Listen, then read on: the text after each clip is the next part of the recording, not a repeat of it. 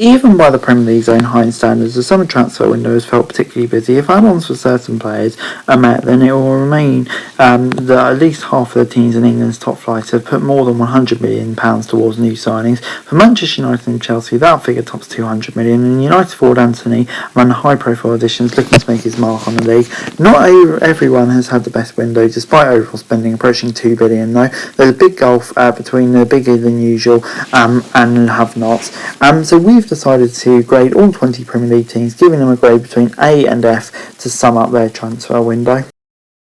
Arsenal A-. There's been a lot said for getting your business done early, and Arsenal are a great example of this. More than £100 million have been spent by the Gunners before a ball was kicked in the league, and the benefits getting a proper pre-season with your new arrivals are plain to see. While the late failed midfield chase is a squad injuries issue as much as a transfer issue, Jesus and Zinchenko look like great pickups, especially given the price inflation we've seen elsewhere, and both have played their part in a great start for Mikel Arteta. Just as important as this was hanging on to William Saliba, who showed his quality. There has also been success in offloading fringe players, with Arsenal even receiving fees for some of them. The only big question mark is over squad depth, something which proved a problem at the end of last season. Will likely get at that bottom once the Europa League games start to take their toll. Villa C+. They, like Arsenal, made look like some smart early purchases. However, with the benefit of time, things are looking less rosy. Kamara on a free continues to look like a steal, but Coutinho is yet to repeat the form he showed at the start of his loan spell. Diego Carlos' injury, meanwhile, is more unfortunate than anything else, and time will tell whether deadline day reinforcements are enough.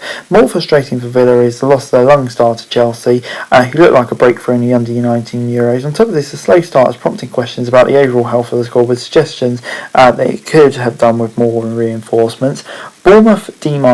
Parker made his feelings clear when he came to Bournemouth, and his reward was an August sacking. A club statement said belief in respect for one another, suggesting Parker's comments weren't appreciated. As for results, the Cherries have been on a hiding to nothing, a 9-0 hammering to Liverpool.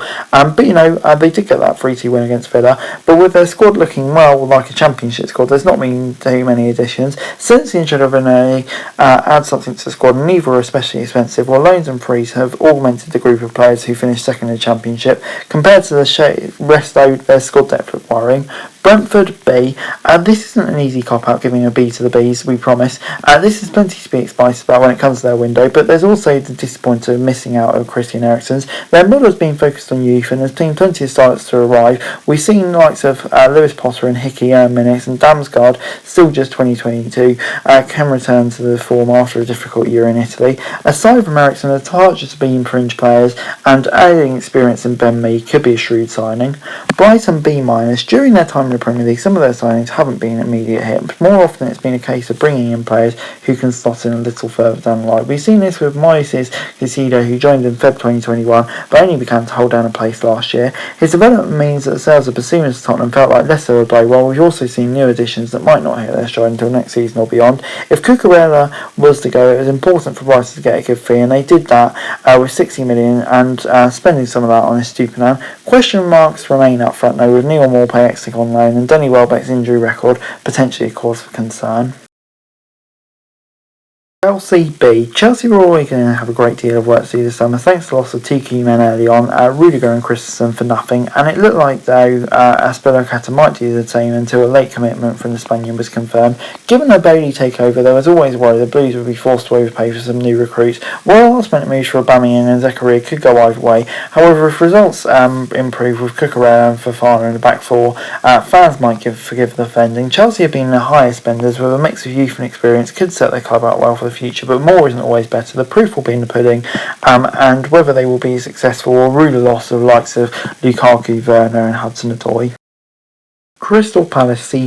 In a normal window, Palace sensible sending would have been one of the better windows, but actions of others might leave fans with a bit of envy. The key, though, has been keeping Wilfried Zaha. Decore also looks to be a pick of a new signings, added quality in the midfield, and everywhere also looks like a steal from Vieira's side, with his youngster earning his Premier League debut. The only thing in players to leave were young and vibrant teams, likes of Kelly and Koyate, no longer at their peaks. Plenty of young stars will benefit from an extra year of experience and keeping the club. will be important. Moving on then to Everton, B-. After a lowly finish, Everton were under no illusions that they needed to invest. With Richarlison going after helping the club survive, this became more acute. Lampard has made some additions in key areas, with Onana already impressing and Maupay potentially being able to contribute up front. There's plenty of experience coming in too, and after a few years not always successful recruitment from overseas, plenty will be happy to see Guy and Garner coming in. Another question is concerned whether Lampard was right to keep hold of Anthony Gordon, with massive offers coming in for him. Maybe it would have been worth to sell and strengthen elsewhere. Moving on into Fulham B. They've been guilty of doing too much in transfer windows in years past, but Silver's side appears to have taken a more considered approach. Fofana joined early, while they need for a new goalkeeper was sold with a cut price signing of Bernd Leno. Top of the league finish in the Championship showed quality was already in the squad, so they just needed small tweaks. Even the last minute signings of Carrasco and Willian took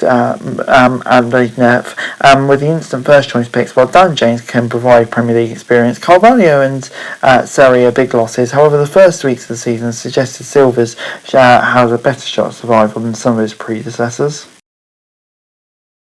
Leeds B. It was always going to be a tough window for Leeds, with Rafinha and Calvin Phillips making moves which felt inevitable long before they were confirmed. However, all it looks like preps to replace the pair have been the right ones. There's always a risk when it comes to recruiting overseas players, even as someone named manager Jesse Marsch has reaped the benefits of raiding former club Red Bull Salzburg, with Aronson impressing early on, with Sinistra also off the mark. After losing two key men, it was important to reinvest, and he's done that, but the pair have been sold for a combined 100 million, so they will be missed. This was a late blow for Rezati, frustrated by the collapse of the move of Boumba, and that could affect them, but that deal also could have just been seen as an added bonus. Leicester D+. The fans have been left frustrated this summer, with the Foxes the last club to make a senior signing, and also it took until deadline day for the first outfield player to arrive, with some of the Fofana making money going to phase. The loss of Fofana could be a big blow for a defence which hasn't been the steadiest throughout the Frenchman. Kasper Schmeichel will also be missed, not only for his dressing room presence but also his output on the pitch, with Yuri Tielemans staying out is important. Rogers' side climbed in the top half last term after a slow start, but the results will have them worried so far, and the squad definitely looks weaker. Liverpool B. They were another club to act early, and it made it clear their miracle work in July would be that, until they were forced to change, of course. Darwin Núñez looked like a good fit in the short and medium term, red card against Crystal Palace notwithstanding. Carvalho has already won fans over with that Newcastle goal, while Calvin Ramsey will hope to show what he can do after recovering from injury, and a late loan move for Arsenal completes the contract. The loss of Mane is obviously significant, and there's a lot of pressure on Núñez to fill the gap, especially with Man City noticeably stronger up front. However, tying down Mo Salah could be their most important piece of business of the summer. Man City A is hard to be seen any other team winning a title, and they've just improved their squad. Haaland looks like the missing piece of the jigsaw and could even win the Champions League. City have gone about things calmly, and late deal for Kanji as well as earlier deals for Ortega, Gomez, Phillips, but Lavier's exit might look like a mistake given his early Southampton form, but the buyback clause suggests they're doing the right thing. Fernandinho and Sterling could be big losses in terms of experience, but both are always going to leave eventually. The departures have been shaken off so easily, and keeping Bernardo Silva is a big boost. United B+. A slow start, almost a crawl, threatened to leave Ten Hag frustrated. Ultimately, United have at least picked up the pace with some of their main targets, but overpaying is a concern. An outlay of nearly 150 million on Lisandro Martinez and Anthony won't hurt too much if players deliver, but there's a sense the pair may be available for less if United have acted more decisively. Instead, early eggs were placed in Frankie de Jong's basket with little success, forcing a big outlay on Casemiro, which proved impossible. There's also the Cristiano Ronaldo situation, which no take affirmed for a player whose big wages aren't consistent with his role in Ten Hag's side. Still, with other big players offloaded, with the departure of Pogba, Matic and more, what felt like a necessary overhaul has well and truly begun. Newcastle B+. They admitted finding it tough to find the right fits earlier in the window despite their spending power. Eventually though, the Magpies got their statement signed with the record buy of Isak. Earlier, the new buys have already made their mark too. Nick Pope has been a smart signing from Burnley, while Steven Botman has quickly established himself. Eddie Howe's side have already successfully offloaded some players who aren't quite at the level they need to be at. Additionally, keeping St Maximin at Newcastle has been key. And yeah, they've definitely got a much stronger squad, and you really expect them to push on, maybe get a top half finish this year potentially. nicely. Moving on into Nottingham Forest, how are you supposed to judge a window in which 20 new players arrive? Forest undoubtedly need reinforcement after losing key figures post-promotion, and plenty of new arrivals look like good fits. The issue though is how easily the arrivals can be embedded. Williams and Awani have made an impact already, while more recent arrivals look like can fill defined roles. It feels remiss to make a snap judgment on such a busy window, though Steve Cooper has managed to integrate new signings in the past. We'll revisit this one potentially halfway through the season in January and see if bringing these new signings have been a good idea or not. Southampton B. After a poor finish last season, Southampton was tipped by a struggle to Burnley. However, smart signings have helped them show signs of life, and then some. Former Man City pair Lavia and Bazzini has slotted straight into the experience before joining. Joe Uribe, meanwhile, has left some wondering why there wasn't more of a battle for his signature, and keeping Ward-Prowse has been key, while Shea Evans has shown recently where others wanted him. Orion Romero could be a loss, but Ralph Hunter will feel he can gain and deal with the departure, especially when you've got people like Ainsley Maitland-Niles, one of three to arrive on deadline day replacing him. Tottenham Hotspur B+. Conte was always expected to make plenty of additions, and he's done that, as well as making Romero's loan permanent. Tottenham have spent more than 100 million on new faces. Each of the recruits has had a clear road, be it the Perisic reunion, adding depth, or figures like Richarlison and Basuma coming in. The jury's still out on the likes of Spence and Lenglet, though the congested schedule might give them a chance for a minute. Spurs have already been successful in offloading some fringe players though, but they were loans rather than permanents. Offloading the likes of Ndombele and Lo Celso altogether might be enough to bump the grade up. West Ham B+. Going into summer, West Ham's task was all about keeping Rice on board, and they succeeded on that front, while the rest of the business has certainly been exciting, even if focus might be a matter of debate.